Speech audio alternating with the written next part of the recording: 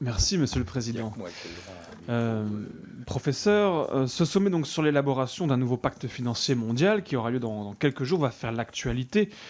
Il aura pour fonction d'expliquer aux pays européens qu'ils doivent financer le développement des pays non européens au nom de la solidarité internationale.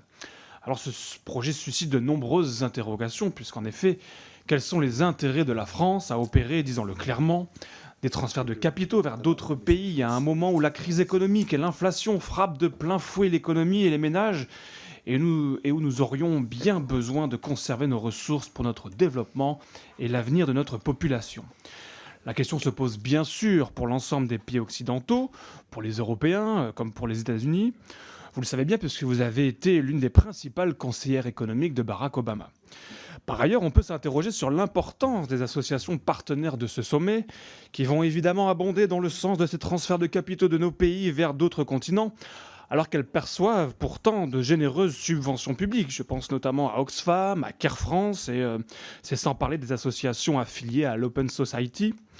Alors comment des acteurs privés non élus, financés par les Français ou par l'étranger, pourraient avoir la légitimité de pousser la distribution de milliards de nos concitoyens dont nos concitoyens ont de plus en plus besoin.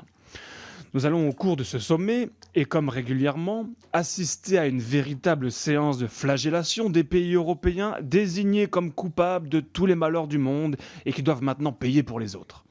Et évidemment, le président Macron, qui se voit davantage en président de la nouvelle Europe fédérale qu'en président des Français, est en bonne place dans la mise en place de ce projet global d'appauvrissement et d'humiliation de nos pays européens pour le compte d'intérêts étrangers au peuple français et à notre continent. Alors, vous l'aurez compris, nous n'adhérons pas aux conclusions qui sortiront de ce sommet et qui sont en réalité déjà prêtes, et je viens de les énumérer. Nous ne souhaitons pas qu'une nouvelle fois l'intérêt du peuple français et des peuples européens passe au dernier plan. En tant que députés, nous sommes les représentants du peuple français et pas les représentants de je ne sais quel peuple à l'autre bout du monde. Notre devoir est donc de défendre d'abord et avant tout les Français qui nous ont confié la charge de gérer les affaires du pays et de garantir un avenir plus prospère et plus stable pour notre nation. Je vous remercie.